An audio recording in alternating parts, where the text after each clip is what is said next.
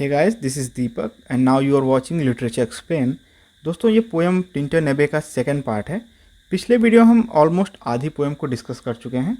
इस वीडियो को शुरू करने से पहले आपको एक बात जानना बहुत ज़रूरी है कि टिंटर नेबे ये जो प्लेस है, यहाँ पे वर्ड्सवर्थ 2 बार विज़िट करते हैं। फर्स्ट टाइम 1793 में और सेकेंड टाइम 1798 में। तो जो 1798 में जब इनका सेकेंड विज़िट होता है तो इनके साथ इनकी सिस्टर डोरोथी वर्ड्सवर्थ भी आती हैं। और पोएम में जहाँ भी डियरेस्ट फ्रेंड की बात करी गई है वहाँ पे ये अपनी सिस्टर डोरोथी को ही एड्रेस करते हैं। आप कन्फ्यूज़न में नेचर को मत करिएगा कि ये डियरेस्ट फ्रेंड नेचर को बोल रहे हैं। दोस्तों, इस पोएम का ये सेकंड पार्ट बहुत ही खूबसूरत है। तो आइए आधी बची हुई इस पोएम को हम डिस्कस करते हैं। पोएम के पिछले पार्ट में हमने पढ़ा था कि पोएट वर्ड्सवर्थ अपने 5 साल पुराने यूथफुल जो मोमेंट्स हैं उनको याद कर रहे हैं कि किस तरह से वो नदियों के किनारे हिल्स पे इधर उधर भागते रहते थे। अब पोएम हम आगे बढ़ते हैं। For nature then the coarser pleasure of my boys days and their glad animal movements all gone by to me was all in all. पहले हम ब्रैकेट की लाइन को देखते हैं कि the coarser pleasure of my boys days and their glad animal movement all gone by. इसका मतलब है कि जब मैंने बचपन के उन अपने आर्टिफिशियल हैप्पीनेस और अपनी बचकानी हरकतों को छोड़ दिया तब for nature then to me was all in all, उस समय मेरे लिए प्रकृति ही सब कुछ थी। I can not paint was then I was, मैं आपको बयान नहीं कर सकता कि उस समय मैं क्या था। The sounding cataract haunted me like a passion, उस समय कैटरेक्ट यानी वाटरफॉल, झरना, उस समय झरने की आवाज़ भी मुझे जुनून से भर देती थी। Haunted me like a passion. The tall rock, ऊंचा पत्थर, द माउंटेन, पहाड़ी, and the deep and gloomy wood, कोई गहरा घना जंगल, their colour and their forms, उनका रंग और उनका रूप, were then to me an appetite, उनका जो एक रूप था, जो उनका रंग था, उसमें मेरे लिए एक बहुत ही स्ट्रॉन्ग अट्रैक्शन का कारण था, एक बहुत ही जिज्ञासा की चीज़ थी। A feeling and a love that had no need of a remoter charm by thought supplied, एक जो फीलिंग है मेरे अंदर नेचर के लिए और एक जो लव है that had no need of a remoter charm, उसे जानने के लिए और नेचर के बारे में सोचने के लिए no need of a remoter charm. Remoter का मतलब होता है बाहरी, चार्म का मतलब आकर्षण। मुझे नेचर के बारे में सोचने और जानने के लिए किसी बाहरी आकर्षण, बाहरी वस्तु की आवश्यकता नहीं है। Nor any interest unborrowed from the eyes, बाहरी आकर्षण के अलावा भी बहुत सी ऐसी चीज़ें हैं जिन्हें आँखों से देखा नहीं जा सकता, जो स्पिरिचुअली महसूस की जा सकती हैं। दैट टाइम इज़ पास्ट, अब वह वक्त गुजर चुका है। And all its aching joy are now no more and all its dizzy raptures, अब वह मेरा भावनात्मक उतार चढ़ाव का दौर गुजर चुका है। एकिंग जॉय, भावनात्मक उतार चढ़ाव का दौर, and all the dizzy raptures, और मेरे युवावस्था का वह उल्लास और भटकाव का जो भाव था अब वह खो गया है। नॉर फॉर दिस फेंट आई, अब मैं मैच्योर हो गया हूँ, ओल्ड हो गया हूँ। अब मैं किसी लॉस के लिए ग्रीव या दुख बिल्कुल नहीं करता हूँ। Nor मोर्न nor murmur other gift had followed, अब न मैं शोक करता हूँ और न ही कुछ खो देने के विषय में किसी से शिकायत करता हूँ, क्योंकि प्रकृति ने मुझे बहुत सारे उपहार पहले ही दे दिए हैं। For such loss I would believe abundant recompense, उन सभी लॉस के लिए मैंने पर्याप्त भरपाई कर दी है। For I have learn to look on nature nor as in the hour of thoughtless youth but hearing often time the still sad music of humanity. बहुत इंपॉर्टेंट लाइन है दोस्तों। For I have learn to look on nature, अब मैंने प्रकृति को दूसरी तरीके से देखना सीख लिया है। Not as in the hour of thoughtless youth, ऐसा नहीं है जैसे मैं पहले देखता था, अब मैं वैसा बिल्कुल नहीं देखता हूँ। But hearing often time the still sad music of humanity, अब मैं प्रकृति के दृश्यों में मानवता के उन दुखद संगीतों को सुन सकता हूँ। Nor harsh nor grating though of ample power to chasten and subdue, अब poet sad music of humanity के बारे में बात करते हैं कि ये जो म्यूजिक है ह्यूमैनिटी की, ये बिल्कुल ही कठोर नहीं है, ये बिल्कुल ही अनप्लीजेंट नहीं है, बल्कि यह मुझे शांत और मैच्योर होने में मदद करती है और यह मुझे मेरे टाइम के, यूथ के समय के अनाड़ीपन से मुक्त करती है और मुझे ग्रो होने में मदद करती है। And I have felt a presence that disturb me with the Joy of elevated thoughts, और मैंने महसूस किया है एक डिवाइन पावर के प्रेजेंस के, दैट डिस्टर्ब्स मी, यहाँ डिस्टर्ब्स का मतलब होता है फोर्स करना, इंस्पायर करना, जो कि मुझे फोर्स करती है एक पॉजिटिव वे में ऑफ एलिवेटेड थॉट, यानी मेरे विचारों को विस्तृत करने के लिए। A sense of sublime of something far more deeply interfuse. ये जो डिवाइन पावर है ये हर जगह फैली हुई है तथा यह नोबेल पावर हर वस्तु में डीपली कनेक्टेड है। Whose dwelling in the light of setting sun, यहाँ पे पोएट उस डिवाइन लाइट की बात करते हैं, उस डिवाइन पावर की बात करते हैं। कह रहे हैं कि उसका जो आवास है, dwelling is the light of setting sun, वो जो डूब रहा सूरज है वहाँ पे भी हम उसको देख सकते हैं। And the round ocean and the living air and the blue sky, और हम उस समुद्र में, उस हवा में और उस नीले आसमान में भी उस डिवाइन पावर को महसूस कर सकते हैं। And in the mind of man, और मनुष्य के मस्तिष्क में भी, मनुष्य के मन में भी हम उस पावर को देख सकते हैं। A motion and a spirit that impels all thinking things, यह डिवाइन पावर एक मोशन और एक तेज की तरह है जो हमें थिंकिंग करने की क्षमता प्रदान करती है। इम्पेल्स का मतलब होता है इंस्पायर करना। Impels all thinking things, all objects of all thoughts and rules through all things, और जो भी चीज़ हम सोच पाते हैं वह उन्हें भी डिवाइन पावर के द्वारा ही पॉसिबल की जाती है, यानी डिवाइन पावर ही उन चीज़ों को पॉसिबल करती हैं जिन्हें हम सोच पाते हैं। Therefore am I still a lover of the meadow and the wood and mountain, और इसी डिवाइन पावर की ही वजह से am I still a lover of the meadow, मैं आज भी इस घास के मैदानों का, वुड्स इन जंगलों का, एंड माउंटेन इन पर्वतों को आज भी मैं प्यार करता हूँ। And of all that we behold from this green earth, और जिस भी चीज़ को मैं इस धरती पर देखता हूँ उसे भी मैं प्यार करता हूँ।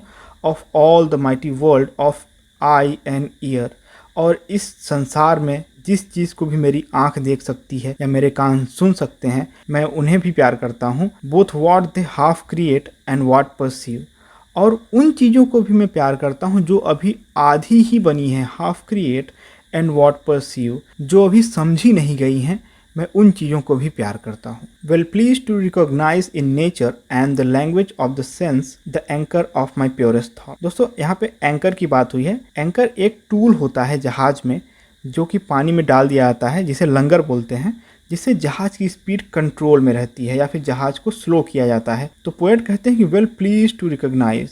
पोएट नेचर और ह्यूमन सेंस यानी इंसान की इंद्रियों के मध्य को रिकॉग्नाइज करने की कोशिश करते हैं और उनके प्योर या डिवाइन थॉट को सबसे बेसिक एंकर, या कह सकते हैं कि सबसे सही तरीके से कौन कंट्रोल कर सकता है। कहने का मतलब ये है कि पोएट नेचर और ह्यूमन के जो सेंसेस होते हैं इनके बीच में पहचानने की कोशिश कर रहे हैं कि जो उनके मन में वो जो डिवाइन थॉट्स आते हैं, प्योर थॉट्स आते हैं, उनको सबसे अच्छा कौन कंट्रोल करता है, नेचर या human senses. The nurse, the guide, the guardian of my heart and soul of all my normal being. यहाँ पर पोएट नेचर की तुलना ऐसे व्यक्ति या आध्यात्मिक शक्ति से कर रहे हैं जो उनके हृदय, हर्ट, सोल एंड मोरालिटी, नैतिकता को पोषण, नेतृत्व और सुरक्षा प्रदान करे।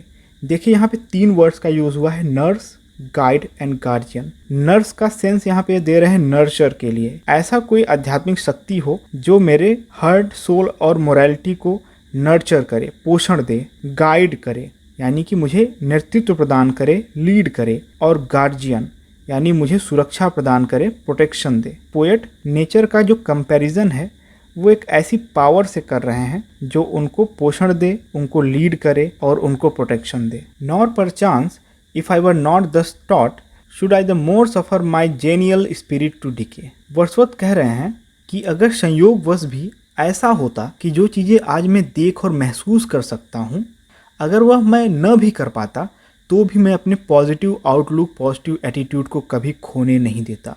जेनियल स्पिरिट यानी मैं अपना जो हंसमुख मेरा स्वभाव है, मैं इसे कभी डिके नहीं होने देता, कभी खोने नहीं देता। अब यहाँ से ध्यान दीजिएगा कि यहाँ से वर्ड्सवर्थ अब अपनी सिस्टर डोरोथी वर्ड्सवर्थ को एड्रेस कर रहे हैं। For thou art with me, अब जो तुम मेरे साथ यहाँ पे हो, here upon the bank of this fair river thou my dearest friend. Very important line दोस्तों।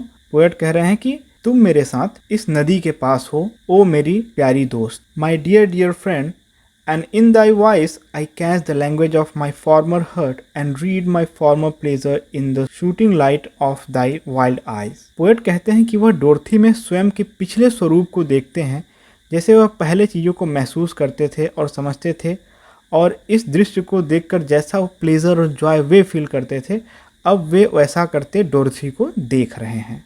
ओह yet a little while may I behold in thee what I was once my dear dear sister. थोड़ा प्रसन्न होकर Wordsworth कहते हैं कि वह डोरथी में अपने पुराने स्वयं को देख रहे हैं और इससे वह पुराना पल जो उनका बीत गया है उसे वो फिर से जी रहे हैं। And this prayer I make knowing the nature never did betray the heart that love her. फिर डोरथी के फ्यूचर के लिए पोएट प्रेयर करते हैं, यह जानते हुए कि प्रकृति उस हृदय को कभी धोखा नहीं दे सकती जो उसे प्यार करता है। TISS her privilege through all the years of this our life to lead from Joy to Joy.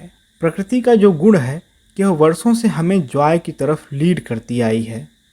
For she can so inform the mind that is within us, so impress with quietness and beauty, and so feed with lofty thoughts. Poet कहते हैं कि she can so inform the mind, यानी nature human का जो mind है उसको एक shape दे सकती है। So impress with quietness and beauty, और ब्यूटी और क्वाइटनेस पीस की एक मजबूत छाप हमारे माइंड पे छोड़ सकती है। सो फीड विथ लॉफ्टी थॉट्स, और बहुत ही हाई लेवल का, बहुत ही उच्च स्तर थॉट है, जो सोच है, उससे हमारे माइंड का पोषण कर सकती है, नर्चर कर सकती है। That neither evil tongue, rash judgment, nor the sneer of selfish man, nor greeting where no kindness is. जो बुरा बोलने वाले लोग हैं, रैश जजमेंट, जल्दीबाजी में जो फैसला लेते हैं, nor the sneer of selfish man, ऐसे मतलबी लोग जो हमें स्नीर करते हैं, आंखें तरेर के दिखाते हैं, nor greeting where no kindness is, और जहाँ पे क्रूर प्रकृति के लोग होते हैं, ऐसे लोगों का सामना करने के लिए प्रकृति हमें तैयार करती है, और जो हमारा पोषण की रहती है उसी से हम उसका सामना करने के लिए तैयार होते हैं। Nor all the dreamy intercourse of daily life shall ever prevail against us to disturb our cheerful faith that all which we behold is full of blessings. ये जो चीज़ें जीवन को नीरस करने वाली हैं, ये हमारे चीयरफुल फेथ को डिस्टर्ब कर देती हैं और हमारे अंतर्मन को, हमारे इनसाइड पर बहुत ही बुरा प्रभाव डालती हैं और हावी हो सकती हैं। प्रिवेल अगेंस्ट अस, और ये बुरी चीज़ें उन चीज़ों को ओवरकम करने का प्रयास करती हैं जिन्हें हम ब्लेसिंग या जॉय के रूप में देखते हैं। अतः पोएट का सिग्नल है कि इन चीज़ों से बचने के लिए हम डिवाइन पावर के द्वारा पीस और जॉय के लिए नेचर से कनेक्शन इस्टेब्लिश करें।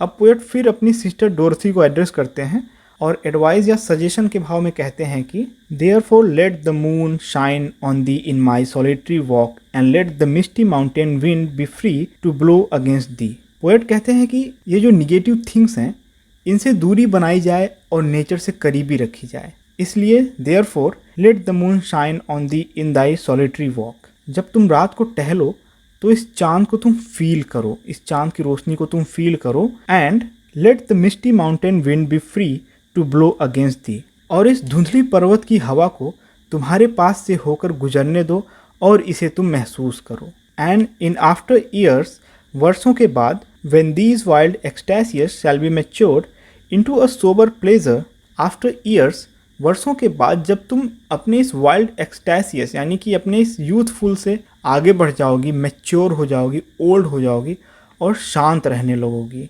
सोबर प्लेजर यानी जब तुम्हें सादगी पसंद आने लगेगी।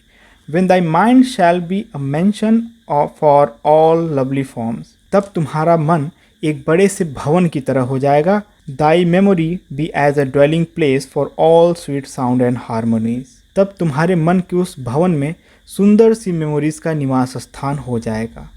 अर्थात तुम्हारा मन स्वीट साउंड के रूप में मेमोरीज को कलेक्ट करके रखेगा। अब पोएट थोड़ा निराशा की तरफ मुड़ते हैं और कहते हैं कि ओह देन इफ सॉलिट्यूड और फियर और पेन और grief should be Dai portion. Poet कहते हैं कि जब तुम मैच्योर हो जाओ, ओल्ड हो जाओ, और यदि उस पल अकेलापन, डर, दर्द और दुख तुम्हें सताएं या तुम्हारे जीवन का भाग बन जाएं, शुड बी दाई पोर्शन मतलब तुम्हारे जीवन का एक भाग बन जाएं, तुम्हें सताएं, with what healing thoughts of tender joy will thou remember me and these my exhortation, तब तुम मुझे और मेरे एग्जॉर्टेशन, मेरे प्रोत्साहन को तुम याद करना, जो तुम्हें हील भी करेगा और जॉय की तरफ तुम्हें आगे बढ़ाएगा और तुम जॉय को फील कर पाओगे। Nor perchance if I should be where I no more can hear thy voice nor catch from thy wild eyes these gleams of past existence. Wordsworth कहते हैं कि ऐसा मुमकिन है परचांस ऐसा मुमकिन है कि शायद उस पल तक वो जीवित न रहें, वह डोरथी की आवाज़ को न सुन पाएं और न ही डोरथी की आंखों की वो चमक को देख पाएं जिसे वो पहले देखा करते थे। तब वर्ड्सवर्थ अपनी सिस्टर डोरथी से पूछते हैं कि will thou then forget that on the bank of this delightful stream we stood together. Wordsworth कहते हैं कि विल दाउ देन फॉरगेट, क्या तब तुम भूल जाओगी, that on the bank of this delightful stream we stood together, कि इस प्रसन्नता भरे धारा के किनारे हम दोनों साथ खड़े थे। And that I so long a worshipper of nature Haider came unvaried in that service rather से विथ वार्मर लव। और मैं लंबे समय से नेचर का वर्शिपर रहा हूँ, तुम नहीं भूलोगी। पोएट को यहाँ पे थोड़ा होप होता है और कहते हैं कि और तुम नहीं भूलोगी कि इसी भक्ति की वजह से, इसी डिवोशन ऑफ नेचर की वजह से मैं आज इस प्लेस पर, इस सेटिंग पर आया हुआ हूँ। ओह विथ फार डीपर झील ऑफ होलियर लव। इस स्थान के लिए जो मेरा प्रेम है ये कोई ऑर्डिनरी आम प्रेम नहीं है, बल्कि एक होलियर लव है, एक पवित्र प्यार है। Nor will thou then forget, अब तुम नहीं भूलोगी, that after many wandering many years of absence, भले ही कई वर्ष बीत जाएं या फिर तुम कितने ही स्थान पर घूम लो, किंतु यह स्थान तुम याद रखोगी, यह पल तुम याद रखोगी। दीज स्टीप फुट, इन जंगलों को, एंड लॉफ्टी क्लिफ, और इन पहाड़ियों को, and this green pastoral landscape were to me more dear both for themselves and for thy sake. यह जंगल, यह ऊंची चोटी और यह पूरा जीवन प्राकृतिक दृश्य जो मुझे बहुत ही प्रिय था, तुम इसे याद रखोगी और तुम यह भी याद रखोगी कि इस स्थान का तुम्हारे लिए क्या मायने था। दोस्तों, इस लाइन के साथ यह पोएम एंड हो जाती है। आई होप यह पोएम आपको समझ में आई होगी। मिलते हैं आपसे अगली वीडियो में, तब तक के लिए नमस्कार।